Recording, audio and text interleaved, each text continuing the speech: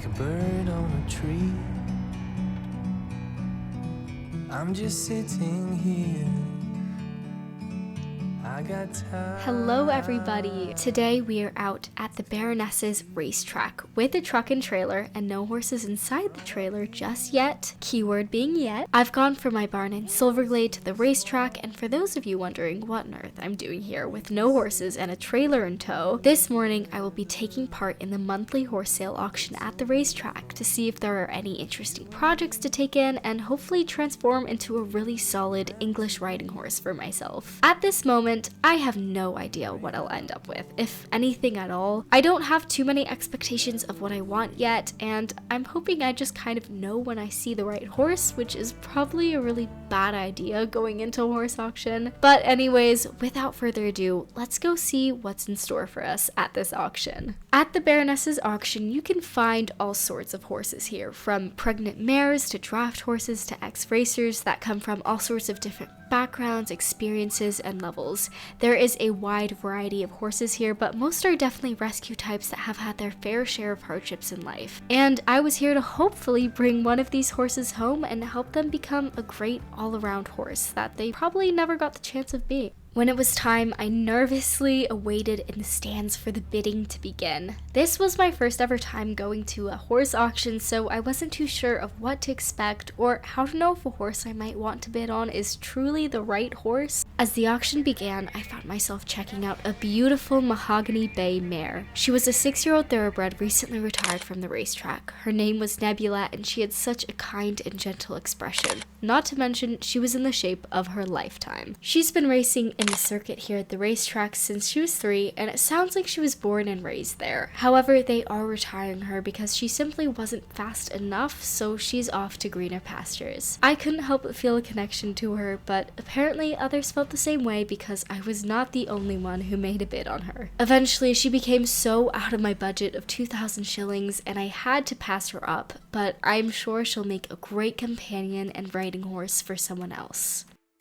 Next up was a stunning Pinto warmblood gelding named Charisma. He was 18 years old and had an exceedingly solid dressage foundation, to say the least. His name is quite a popular one, as this horse is known for his successful dressage career around Jorvik, so I was surprised to see him being thrown in an auction. I couldn't help but admire his elegant movements as he was paraded around the auction ring. He seems incredibly respectful and was definitely one of the more quality horses presented at this particular auction. He would make a great horse in the dressage ring, but he is a little on the older side, and as I sat there and thought about my price range, his continued to go up and up until it became far too much for me once again.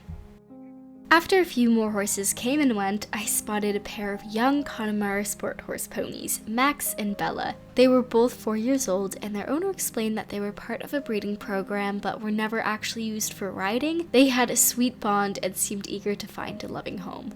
I was tempted to bid on one of them, but I would feel too guilty for splitting them up, as it sounds like they've been together since birth and have formed a really strong bond with each other. Connemaras will always have a special place in my heart though, as my first mare was a Connie herself.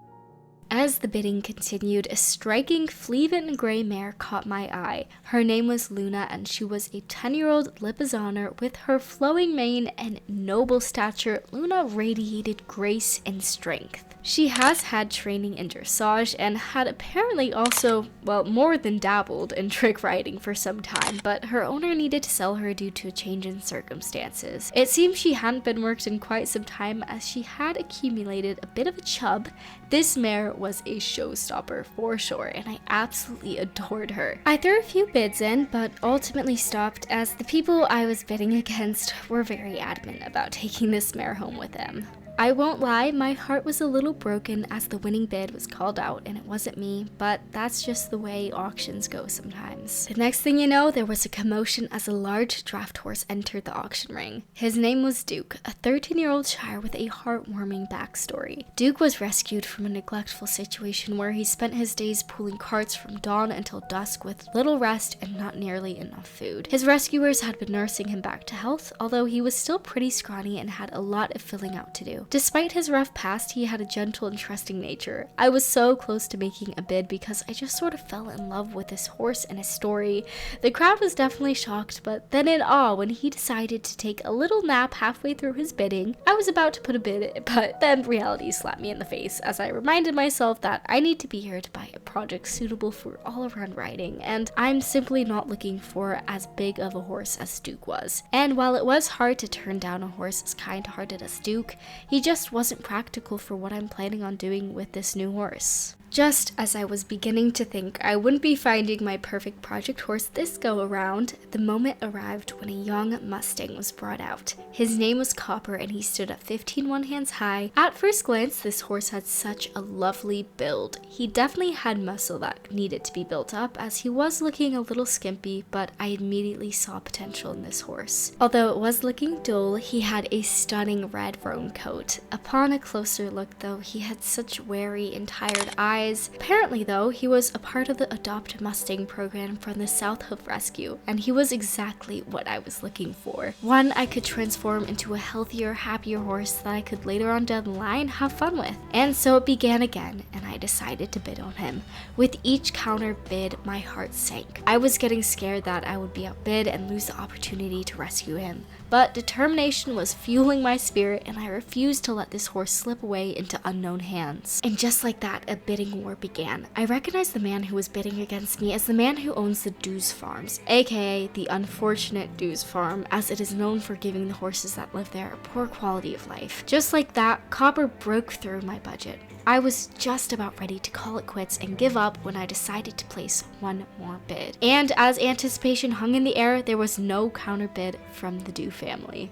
Finally, my number was called out as the winning bid on Copper. I felt like the luckiest girl. I knew that there was going to be a lot of work cut out for me as this horse looked as though he knew nothing but hardship, but I'm really looking forward to help bring him along this new journey with me. At this point, I had set my number down, very content with myself, excited for all the trials and triumphs to come with rescuing Copper. I was done. I didn't need a single horse more. Which was true until I saw Merrylegs. I could definitely see where he got the name, as he was the spitting image of what I would imagine Merrylegs, the little gray pony in the classic Black Beauty, to look like. This pony was a bit of a chunk, but had the longest, most gorgeous mane. He was so sweet on the ground with the little girl who was walking him around the ring. I couldn't help but place a bid on the little guy. From what I could tell, it sounded like the girl that owned him got a pony for Christmas, but eventually when the pony phase faded away, reality set in, and the family wanted to get rid of the pony as fast as possible. Before that though, it sounds like he'd been passed around a lot. I don't think from any fault of his own though. I really wanted Merrylegs to have a soft landing, and I thought it would be loads of fun to work with this little one. Luckily, the bids didn't become too egregious, and I was able to snatch Merrylegs up.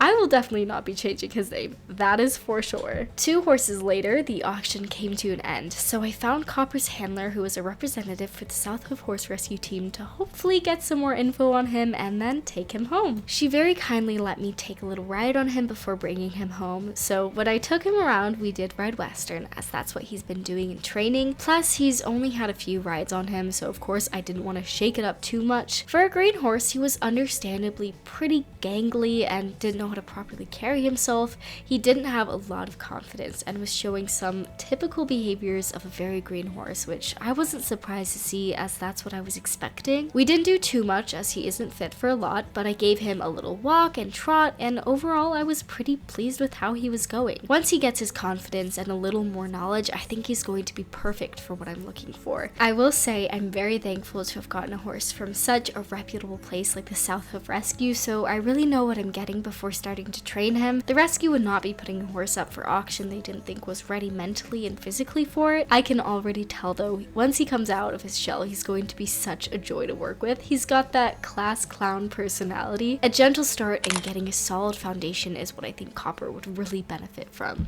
After that, I found Merrylegs' handlers and talked to them about their situation with him. Sounds like he's a very honest pony, and the family just didn't have the resources or time to put into getting their daughter and Merrylegs to be a functioning team. I do feel for them. I just wish they had made a more educated decision before deciding to purchase a living being. With that being said though, they said goodbye to Merrylegs and we headed out for greener pastures. That very long day came to a close, and now that all my horsey affairs with Copy and Merrylegs were wrapped up, we could finally head back to their new home at the Silverglade Equestrian Center. Their new, hopefully, buddies awaited them in their stalls and gave them a very warm welcome to the barn once they arrived. Either that or they were just really excited for their dinner. I noticed that Belle and Merrylegs had an immediate connection. They're like girlfriend and boyfriend now. Plus, being the two smallest ponies in the barn, I guess they have something to talk to each other about. I still can't believe I brought not one, but 2 ponies back with me to the barn. At the beginning there, I was starting to doubt I would even bring one home. I suppose the more the merrier, that's the motto with horses, isn't it? I can't help but feel a mix of nervousness and anticipation for what's to come with these 2. Our journeys together begins now, and I can't wait to see the places I go with the both of them. For the time being though, I'm gonna give them a well-deserved month off to really let them settle into the routine here and recoup from being passed around from place to place. I'm still not exactly sure my plans for these horses. I really felt like I was ready for a new project though. Rescuing, rehabilitating, and retraining horses is the most rewarding thing I've done in the past. There truly is nothing like it. With that being said, what do you guys think? Would you have pushed a little harder for another one of the horses that was at the auction today, or do you think I made good decisions with the 2 I brought home? Please let me know and subscribe if you enjoyed this content. I really appreciate it. Alright everyone, I'm gonna go home, hit the hay, and probably dream about all the exciting adventures to come in the near future with these new projects. I hope you all have an amazing day, and I will see you guys next time. Bye everyone!